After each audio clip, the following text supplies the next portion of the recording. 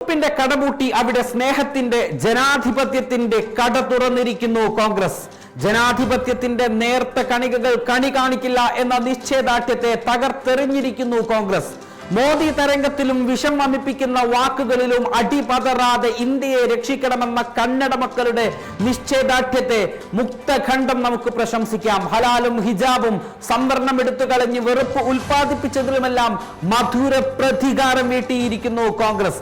40% commission സർക്കാർ പേ CM എന്ന കോൺഗ്രസിന്റെ ആരോപണങ്ങളെ ശരിവെക്കുന്നു കന്നഡ മക്കൾ. മുസ്ലിം സംവരണം എടുക്കപ്പെട്ട് കളഞ്ഞിട്ടും കടുത്ത വർഗീയ മുതലെടുപ്പുകളെ ഭയക്കാതെ അധികാരത്തിലെത്തിയാൽ സംവരണം പുനഃസ്ഥാപിക്കുമെന്ന് നിശ്ചയദാർഢ്യത്തോടെ ഉറക്കെ പറഞ്ഞ DK ശിവകുമാറിനിരിക്കട്ടെ ഒരു കുതിരപ്പവൻ. ദിവസങ്ങളോളം കർണാടകത്തിൽ ക്യാമ്പ് ചെയ്ത് കിലോമീറ്ററുകളോളം റോഡ് ഷോ നടത്തിയിട്ടും അധികാരത്തിന്റെയും പണത്തിന്റെയും എല്ലാ സ്വാധീനങ്ങളും ഉപയോഗപ്പെടുത്തിയിട്ടും ജനങ്ങൾ തീരുമാനിച്ചു കെട്ടിക്കണമെന്ന്. ഇതാ കെട്ടിച്ചിരിക്കുന്നു. ഇതോടെ താമരയില്ലാ ദേശമായി മാറിയിരിക്കുകയാണ് ദക്ഷിണേന്ത്യ. കല്യാണ കർണാടകയും കിട്ടൂർ കർണാടകയും മധ്യ കർണാടകയും തീരദേശ കർണാടകയും ഓൾഡ് മൈസൂരുവും ബാംഗ്ലൂരുവും അടങ്ങുന്ന 6 മേഖലകളിൽ 5 മേഖലകളും കൈപ്പിടിച്ചു.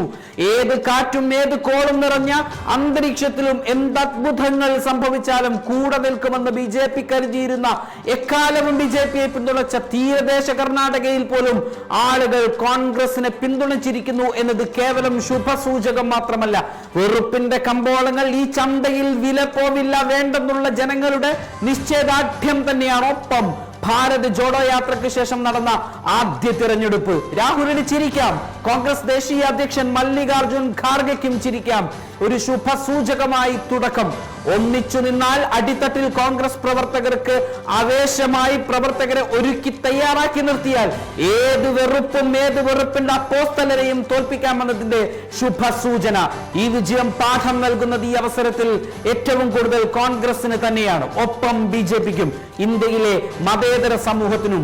ഇനിയൊരു ആശങ്ക മാത്രം, റിസോർട്ട് രാഷ്ട്രീയം ഉടലെടുത്താൽ ഈ കണക്കുകളെല്ലാം വെറും കണക്കുകൾ മാത്രമാകുമല്ലോ എന്നത്. ജനാധിപത്യം വെറും നോക്കുകുത്തിയും. അങ്ങനെയൊന്നും സംഭവിക്കാതിരിക്കട്ടെ.